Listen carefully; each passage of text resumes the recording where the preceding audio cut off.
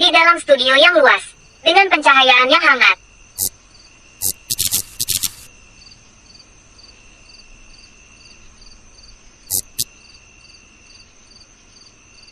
berdirilah sebuah lukisan besar yang memikat setiap mata yang melihatnya. Lukisan itu menggambarkan sebuah kota futuristik yang gemerlap, gedung-gedung tinggi yang menjulang, mobil-mobil terbang yang berkilau, dan langit malam yang dihiasi oleh cahaya neon yang tak terhitung jumlahnya. Segala sesuatu dalam lukisan itu tampak sempurna, seperti dunia yang diciptakan untuk memanjakan mata dan memberi kesan kemakmuran yang tiada akhir. Namun, bagi Agung, pelukisnya, lukisan Apa itu yang bukanlah pernah aku sumber lakukan tenaga. selama ini? Sebaliknya, itu adalah beban yang memberatkan hatinya. Agung adalah seorang pelukis muda yang telah lama dikenal di dunia seni. Karyanya cemerlang, dan setiap karyanya selalu laris terjual di galeri-galeri seni terkemuka. Namun, dalam perjalanan menuju kesuksesan, Agung mulai merasakan sebuah perubahan dalam dirinya. Dulu, ia melukis karena cinta pada seni, karena hasrat untuk mengekspresikan perasaan dan ide-idenya melalui kanvas. Tetapi semakin lama, dunia seni semakin dipenuhi oleh tekanan, keinginan untuk mengikuti tren, untuk menciptakan sesuatu yang lebih besar, lebih mewah, dan lebih menarik perhatian daripada karya-karya sebelumnya. Agung ingin dihargai lebih tinggi, diakui lebih banyak orang, dan memiliki lebih banyak uang. Keinginannya untuk lebih banyak itu membuatnya terjebak dalam rutinitas yang jauh dari ketulusan. Dia berhenti melukis apa yang ia rasakan, dan mulai melukis apa yang akan dijual, apa yang akan mendapatkan tepuk tangan dan apresiasi.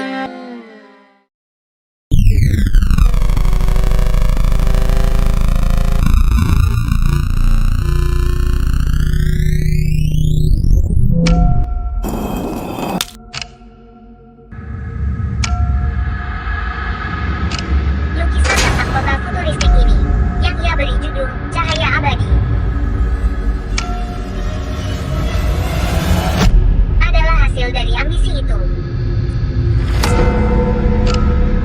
Semua elemen dalam lukisan itu dirancang untuk menarik perhatian, untuk memancarkan kesan kemakmuran yang tanpa batas. Namun, meski semua elemen itu tampak sempurna, ada sesuatu yang Itu hilang. dia. Lukisan itu tampak dingin, tidak hidup, seperti kota yang dibangun tanpa jiwa.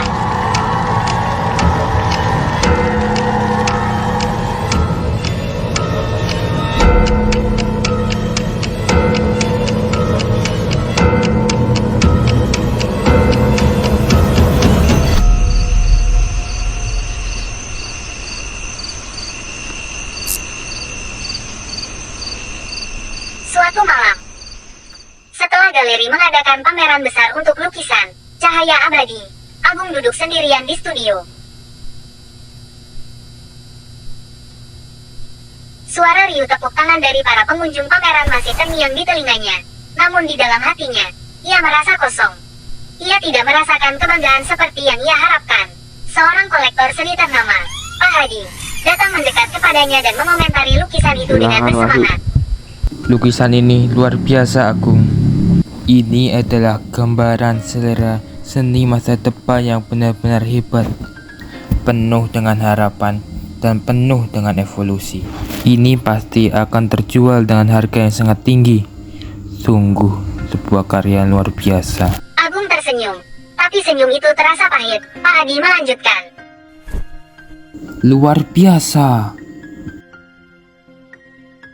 Namun, bagi Agung, pujian itu semakin memperburuk perasaannya. Apa yang mereka puji bukanlah dirinya, bukan jiwanya, tapi sesuatu yang ia ciptakan hanya untuk memenuhi harapan orang lain, sesuatu yang hanya memenuhi kriteria pasar seni. Sampai jumpa lagi. Sampai jumpa. Saat Pak Hadi pergi, Agung berdiri di depan lukisannya, menatapnya lama. Ia merasa terperangkap dalam hidup yang dikelilingi oleh keserakahan dan ketidaksederhanaan. Lukisan itu adalah gambaran dari dunia yang ia ciptakan untuk dirinya sendiri. Sebuah dunia yang tampak sempurna di luar, tetapi kosong di dalam. Seperti dirinya, yang terlihat sukses dan bahagia, tetapi sejatinya merindukan kedamaian batin yang sesungguhnya. Agung memejamkan matanya, merasakan beban di dadanya. Ia mengingat lukisan-lukisan pertama yang pernah ia buat. Lukisan tentang kehidupan sederhana, tentang pemandangan desa yang tenang, tentang wajah-wajah yang penuh emosi. Lukisan-lukisan itu jauh dari sempurna, tetapi mereka hidup.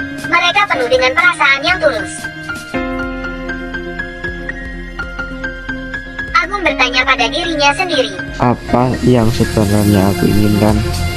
Ketenaran, uang, atau kebahagiaan yang sederhana? Pagi-pagi sekali, setelah malam yang penuh perenungan, Agung memutuskan untuk mengubah arah. Ia menutup studio selama beberapa minggu, menjauh dari dunia seni yang penuh dengan tuntutan. Ia kembali ke asarnya, melukis dengan tujuan yang lebih sederhana, bukan untuk memenuhi harapan pasar, tetapi untuk mengekspresikan dirinya. Lukisan-lukisan yang ia buat kini lebih tenang, penuh dengan kedamaian dan kejujuran. Ia mulai melukis pemandangan alam, kehidupan sehari-hari yang sederhana, dan wajah-wajah orang-orang yang penuh makna. Ia kembali merasakan kedekatan dengan seni yang ia cintai. Suatu hari, beberapa bulan setelah perubahan itu, sebuah galeri kecil di kota mengadakan pameran lukisan-lukisan baru Agung. Lukisan-lukisan itu tidak terlalu besar, tidak terlalu glamor, tetapi mereka penuh dengan jiwa. Beberapa orang datang dan terpesona dengan karya-karya itu. Mereka merasakan kedalaman dan kehangatan yang terasa begitu nyata. Agung tidak lagi merasa kosong. Ia menyadari bahwa kebahagiaan sejati tidak datang dari kemewahan atau kesuksesan luar, melainkan dari kepuasan batin yang datang ketika kita hidup sesuai dengan nilai-nilai kita sendiri. Ketika kita kembali ke kesederhanaan dan kejujuran. Lukisan, cahaya abadi, masih ada di galeri besar, tetapi Agung sudah tidak lagi merasa terikat padanya. Lukisan itu mungkin akan terus dihargai orang lain, tetapi bagi Agung, itu adalah karya yang pernah diciptakan oleh seorang pria yang terlalu terobsesi dengan hal-hal duniawi.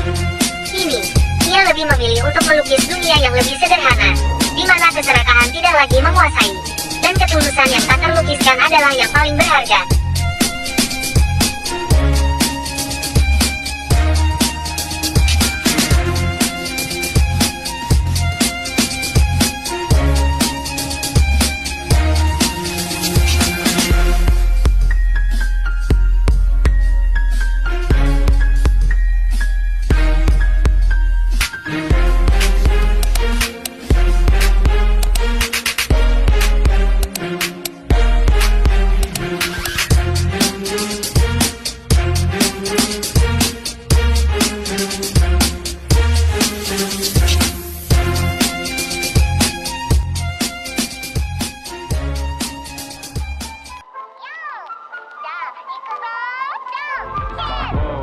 I'm a big bag hunter with the bow. She got a big bed, never drop it low. Mama called me and she happy with the grow. Never ever fall for a body that's Hopping in this club and taking shots. If you got your mask off in the photo, you getting crap. Hopping out the phone, shit. The CVS is like a block away. Bought a moisturizer, my ice cold is dry on my face. Don't need that VVS, my ice is fake. Your life is fake. I choose to do it for my pocket's sake. You're basing your opinion, so what the major says, I'm renovate the bad energy I erase. Yeah.